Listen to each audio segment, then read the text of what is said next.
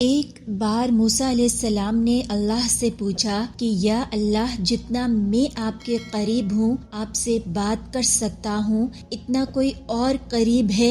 अल्लाह ताला ने फरमाया, ए मूसा, आखिरी वक्त में एक उम्मत मोहम्मद सल्लल्लाहु अलैहि वसल्लम की होगी और इस उम्मत को एक महीना ऐसा मिलेगा जिसमें वो खुश्क होंठों, प्यासी जुबान, सूखी हुई आंखें, भूखे पेट जब अफ्तार करने बैठेगी तब मैं उनके बहुत करीब होऊंगा। मूसा, तुम्हारे और मेरे दरमियान 70 पर्दों का फासला है, लेकिन अफ्तार के वक्त उस उम्मत और मेरे दरमियान एक पर्दे का फासला भी नहीं होगा और जो दुआ वो मांगेंगे उसे कबूल करना मेरी जिम्मेदारी होगी। सुभान अल्लाह। अगर मेरे बंदों को मालूम होता कि रमजान क्या है तो सब तमन्ना करते कि काश पूरा साल रमजान ही